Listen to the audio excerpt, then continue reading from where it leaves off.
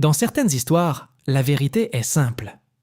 Mais dans cette affaire, la vérité est un labyrinthe. Une petite ville tranquille, des rues calmes, des voisins qui se connaissent depuis toujours, et une vie qui semble paisible, en apparence. Mais une nuit, tout bascule. Dans une forêt sombre, sous une pluie glaciale, le corps d'une femme est retrouvé sans vie, victime d'un crime qui va bouleverser toute la ville. Presque personnel. Et très vite, une question commence à hanter toute la ville. Qui a fait ça? Et pourquoi? Mais ce crime n'est pas un simple fait divers. Parce que la victime connaissait presque tout le monde. Parce que les habitants de cette ville ont grandi ensemble. Parce que certains secrets sont enfouis depuis des années. Et surtout, parce que deux personnes se retrouvent au cœur de cette histoire. Lui, un détective chargé de résoudre le crime. Elle, une journaliste prête à tout pour révéler la vérité. Un mari et une femme.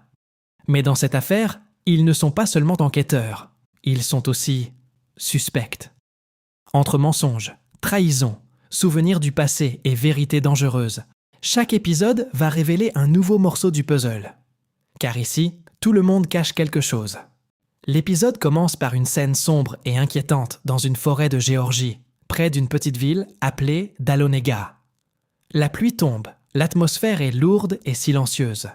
Sur le capot d'une voiture rouge, le corps d'une femme est étendu. Elle a été tuée après avoir subi de multiples coups. Cette découverte choque toute la petite ville, car ce genre de crime est extrêmement rare dans cet endroit tranquille. Pendant ce temps, à Atlanta, on fait la connaissance de Hannah Andrews, une ancienne présentatrice de télévision. Autrefois très connue, sa carrière est maintenant en train de s'effondrer. Elle revient au travail après une absence d'1 an causée par une tragédie personnelle. Quand elle revient dans la rédaction, elle découvre que sa place a été prise par une autre présentatrice, Lexi Jones. Cette situation la frustre énormément. Hannah a l'impression que sa carrière lui échappe et qu'on ne lui fait plus confiance. Mais Hannah est une journaliste ambitieuse. Lorsqu'elle entend parler du meurtre mystérieux dans la petite ville de Dahlonega, qui est aussi sa ville natale, elle voit immédiatement une opportunité de relancer sa carrière. Elle finit par convaincre son patron de la laisser couvrir l'affaire. Au début, il refuse de lui donner cette chance, pensant que la mission est trop importante. Mais elle insiste, argumente et montre qu'elle est prête à tout pour prouver sa valeur. Finalement, le patron cède et lui donne son accord. Pour réaliser le reportage, il décide de lui attribuer un caméraman, Richard Jones, qui n'est autre que le mari de Lexi. C'est donc avec lui qu'elle part sur le terrain. Très vite, la police arrive sur les lieux. L'enquête est dirigée par le lieutenant Jack Harper, un policier respecté, mais au caractère autoritaire. Il travaille avec sa nouvelle partenaire, Priya Patel. Jack prend immédiatement le contrôle de la scène de crime et donne plusieurs ordres. Il leur ordonne de sécuriser la zone, empêcher les journalistes de s'approcher de garder le silence. Personne ne doit dire un mot, surtout pas au mari de la femme morte. Il ne doit pas découvrir par hasard qu'il est devenu veuf. Selon lui, une nouvelle aussi grave doit être annoncée correctement. Il insiste donc, c'est lui-même qui ira l'informer en personne. Le ton devient sérieux. Il prévient clairement que si quelqu'un parle avant lui, il aura affaire à lui. Ensuite, il leur donne une autre instruction, retrouver le téléphone de la victime. Mais il précise bien une chose, s'ils le trouvent, ils ne doivent surtout pas essayer de le déverrouiller. Leur seule mission est de le récupérer et de le lui apporter immédiatement. Le lieutenant Harper s'adresse alors aux journalistes présents sur place. Il leur demande de se calmer et de se détendre un peu. L'équipe est encore en train d'examiner la scène de crime et pour l'instant, ils n'ont pas assez d'éléments. Il promet toutefois qu'ils leur communiqueront les premières informations dès que possible. Il précise également qu'à ce stade de l'enquête, la victime n'a pas encore été identifiée. Alors qu'il s'apprête à partir, Hannah l'interpelle soudain en criant son nom. « Lieutenant Harper !» Jack se retourne. Leurs regards se croisent. Hannah lui lance alors, devant tout le monde, une question directe. « Est-ce qu'il est vrai que vous connaissiez la victime ?» Mais Jack ne répond rien. Il la fixe un instant, puis se détourne et continue son chemin, comme s'il n'avait rien entendu. Un peu plus loin, sa collègue Priya le rattrape. Intriguée, elle lui demande pourquoi la journaliste Anna a affirmé qu'il connaissait la victime. Jack reste vague. Il lui répond simplement que c'est une petite ville et qu'Anna a sûrement tenté sa chance en posant cette question, espérant provoquer une réaction. Mais Priya n'est pas convaincue. Elle le regarde un moment, puis lui dit calmement que, de son point de vue, ça n'avait pas du tout l'air d'un simple hasard. De son côté, Richard Jones, le collègue avec qui Anna travaille sur le reportage, la regarde avec curiosité. Intrigué, il lui demande comment elle peut être aussi sûre que le lieutenant et la victime se connaissaient. Anna hausse légèrement les épaules et lui répond calmement qu'en réalité, elle n'en savait rien du tout. Ce n'était qu'une simple question. Elle explique qu'elle a juste tenté sa chance, espérant provoquer une réaction. Parfois, poser une question au bon moment suffit pour faire apparaître quelque chose que les autres essaient de cacher. Pendant ce temps, alors qu'il est encore dans sa voiture, le shérif appelle Jack pour savoir si l'équipe a découvert quelque chose sur la scène de crime. Jack lui explique que la pluie a effacé presque toutes les traces. Ils n'ont rien trouvé de vraiment exploitable. Et surtout, le téléphone de la victime reste introuvable. Il promet toutefois de le tenir informé dès qu'il y aura du nouveau dans l'enquête. Soudain, Jack aperçoit Anna à l'intérieur de l'hôtel où elle loge. Elle est assise avec un homme et semble rire avec lui. L'homme en question n'est autre que Richard Jones. En les voyant ensemble, Jack reste un instant immobile. Puis il sort brusquement de la voiture, entre dans l'hôtel et se dirige vers la réception. Il demande le numéro de la chambre d'Anna, puis monte aussitôt à l'étage. Arrivé devant la porte, il se met à frapper fortement, encore et encore. À l'intérieur, Anna et Richard sont en plein moment d'intimité. Les coups à la porte deviennent de plus en plus insistants. Finalement, Anna se dépêche d'aller ouvrir. Mais au moment où elle arrive, Jack est déjà en train de repartir. Elle n'aperçoit que son dos, mais reconnaît immédiatement les informations marquées sur sa veste de police. Sans rien dire, elle referme la porte. L'ambiance change aussitôt. Anna se prépare rapidement pour partir, mettant fin à leur moment. Richard, surpris, lui demande qui frappait à la porte. Elle lui répond simplement « C'était Jack ». Richard fronce les sourcils et demande « Jack ? Qui c'est ?» Elle lui répond « Le lieutenant Harper ». Intrigué, Richard lui demande alors si elle le connaît personnellement. Anna le regarde un instant avant de répondre calmement « Oui, c'est mon mari ». Richard éclate de rire, pensant presque à une blague. Mais Anna, déjà prête à partir, se dirige vers la porte. Avant de sortir, elle lui lance simplement qu'ils se retrouveront à 17h30, puis elle quitte la chambre. Jack et Anna sont en réalité mari et femme, mais ils sont séparés depuis quelque temps. Leur relation est compliquée et pleine de rancune. Anna se rend ensuite chez sa mère, Alice Andrews. En entrant dans la maison, elle la trouve endormie dans le salon. Elle s'approche doucement et la réveille.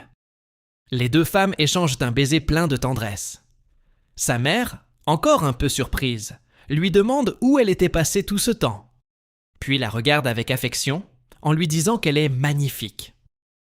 Mais soudain, la porte s'ouvre et Jack fait irruption dans la pièce. La surprise est immédiate. Anna le fixe, agacée, et lui lance « Qu'est-ce que tu fais ici ?» Jack, un peu mal à l'aise, lui répond calmement qu'il voudrait simplement parler avec elle. Anna, méfiante, réplique alors « Parler ? On a vraiment des choses à se dire maintenant ?» Puis elle le regarde avec insistance et ajoute, soupçonneuse « Tu me suis, c'est ça ?» Jack la regarde et lui demande brusquement ce qu'elle fout. Anna, piquée au vif, lui renvoie immédiatement la question. « Et toi, qu'est-ce que tu fous ?» Jack revient alors sur ce qui s'est passé dans la forêt. Il lui demande pourquoi elle lui a posé cette question étrange tout à l'heure. Anna lui explique qu'elle a compris quelque chose. Si la cause de la mort est encore indéterminée, pour elle, c'est pourtant clair. C'est un meurtre. Elle est persuadée que cette femme a été tuée et elle veut savoir par qui. Mais Jack la coupe net. Il lui dit qu'elle ne peut pas couvrir cette affaire et qu'elle doit se retirer immédiatement. Surprise, Anna lui demande pourquoi. Jack reste vague et répond simplement « C'est comme ça ». Anna fronce les sourcils et lui fait remarquer qu'elle l'a connu beaucoup plus convaincant que ça. Jack soupire et lui dit qu'il n'a rien d'autre à ajouter, qu'il est désolé. Anna insiste. Elle lui dit qu'il ne lui fait pas confiance, alors que c'est elle, Anna. Jack la fixe un instant, puis lui demande si elle veut vraiment savoir qui est la victime, si elle est sûre d'elle. Anna répond sans hésiter « Oui ». Alors Jack finit par lâcher la vérité. La femme morte est Rachel Hopkins, l'une de ses amies. Anna reste sous le choc. Elle demande aussitôt comment Rachel a été tuée. Jack répond simplement qu'elle a été attaquée avec une arme blanche. Anna continue. Est-ce qu'ils ont déjà des suspects? Des pistes? Mais Jack l'interrompt immédiatement. Arrête, ça suffit. Il lui ordonne ensuite de ne parler de ça à personne. Même Clyde, le mari de la victime, ne sait pas encore qu'il est veuf. Face à la gravité de la situation, Anna lui promet qu'elle ne dira rien à personne. Anna commence alors à comprendre que quelque chose ne va pas. Elle réalise peu à peu que sa mère souffre de sérieux problèmes de mémoire. Et, en même temps, elle se rend compte que beaucoup de choses ont changé dans sa famille pendant son absence. Jack lui explique ce qui s'est passé récemment. Un soir, ils ont retrouvé sa mère en train de marcher seule dans la rue à 3 heures du matin, complètement désorientée et sans vêtements. Choquée, Anna lui demande immédiatement si sa mère a vu un médecin. Jack lui répond que non. Elle n'a consulté aucun docteur. Il ajoute qu'il ne peut pas la forcer à le faire. Après tout, ce n'est pas sa décision à lui, c'est sa mère, et c'est donc à Anna de prendre cette responsabilité. Il lui explique qu'il a simplement essayé de faire de son mieux pour veiller sur elle. Touchée par ce qu'il a fait malgré tout, Anna le regarde et lui dit simplement « Merci ». Pendant ce temps, Jack poursuit son enquête et se rend au laboratoire médico-légal. Les résultats de l'autopsie tombent rapidement, et ce qu'il découvre est particulièrement choquant. Rachel a été victime de nombreux coups lors de l'attaque. Pour les enquêteurs, cela indique clairement que le crime a été particulièrement violent, probablement sous l'effet d'une grande colère ou d'une motivation très personnelle. Le médecin légiste informe alors Jack et sa collègue Priya d'un autre élément troublant. Ils ont retrouvé du sperme frais sur le corps de la victime. Priya demande aussitôt si cela pourrait appartenir au tueur. Le médecin explique que 2 possibilités existent. Soit Rachel a eu une relation intime peu de temps avant d'être attaquée, soit l'agresseur a agi après l'avoir attaquée. Dans les 2 cas, cet indice pourrait mener directement au meurtrier. Pendant ce temps, de son côté, Anna fouille dans l'armoire de sa mère et tombe sur une petite caisse cachée. Intriguée, elle l'ouvre et découvre une caméra. Elle l'allume et tombe sur une vieille vidéo. Sur l'écran apparaissent des images d'un moment heureux, son ancien anniversaire, entouré de ses amis. Mais au même moment, au laboratoire, le médecin légiste fait une autre découverte étrange. Dans la bouche de la victime, il trouve une petite corde tressée, ressemblant à un bracelet. Et ce détail devient encore plus troublant lorsque, chez elle, Anna remarque que le même type de bracelet se trouve aussi dans la petite caisse où elle vient de découvrir la caméra. Une coïncidence? Ou un lien direct avec le meurtre? Plus tard, Jack rentre chez lui. En entrant dans le salon, il voit sa sœur assise devant la télévision, absorbée par les informations. À l'écran, les journalistes parlent déjà de la découverte du corps à Dahlonega. L'affaire commence à faire du bruit et attire l'attention des médias. Les images montrent la forêt, les voitures de police et les rubans de sécurité installés autour de la zone du crime.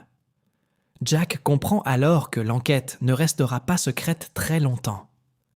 L'affaire est désormais publique et la pression va forcément augmenter.